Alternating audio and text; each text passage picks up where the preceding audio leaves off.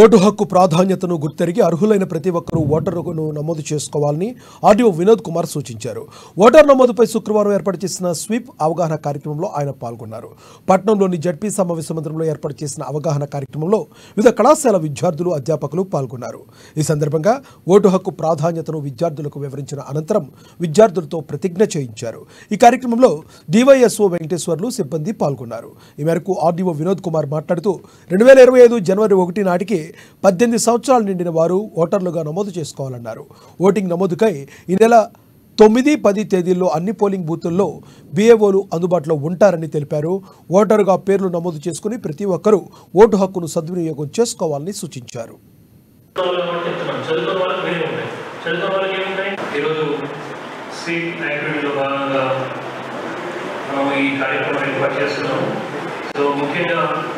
ఎన్నికల వ్యవస్థ మనకు తెలుసు, భారతదేశంలో 4 వ్యవస్థలు ఉన్నాయి. ఒకటి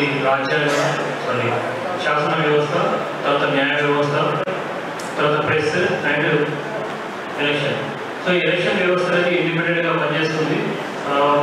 మీరు ఈ స్వతంత్రంగా పనిచేసే వ్యవస్థ మీరు ఎన్నికలు గత కొన్ని రోజుల క్రితం చూడడం జరిగింది, కొన్ని మాసాల క్రితం చూడడం జరిగింది. భారతదేశం అనేది అత్యంత పెద్ద ప్రజాస్వామ్య దేశం.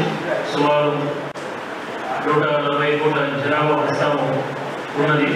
సో దీంట్లో ఇంత జనాభా ఉన్న వ్యవస్థలో మనము పకడ్బందీగా మనం ప్రజాస్వామ్యం నడుపుతున్నామంటే దానికి ఈ ఎన్నికల వ్యవస్థ ముఖ్య కారణం.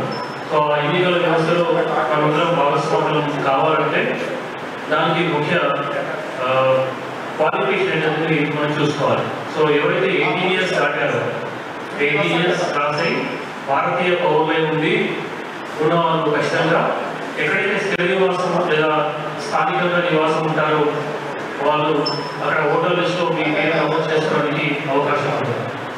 సో అది ప్రతి సంవత్సరం 4 మాసాలు మీకు క్వాలిఫైడ్ డేట్స్ ఉంటాయి. అంటే 18 ఇయర్స్ ఎప్పుడు క్రాస్ కావాలి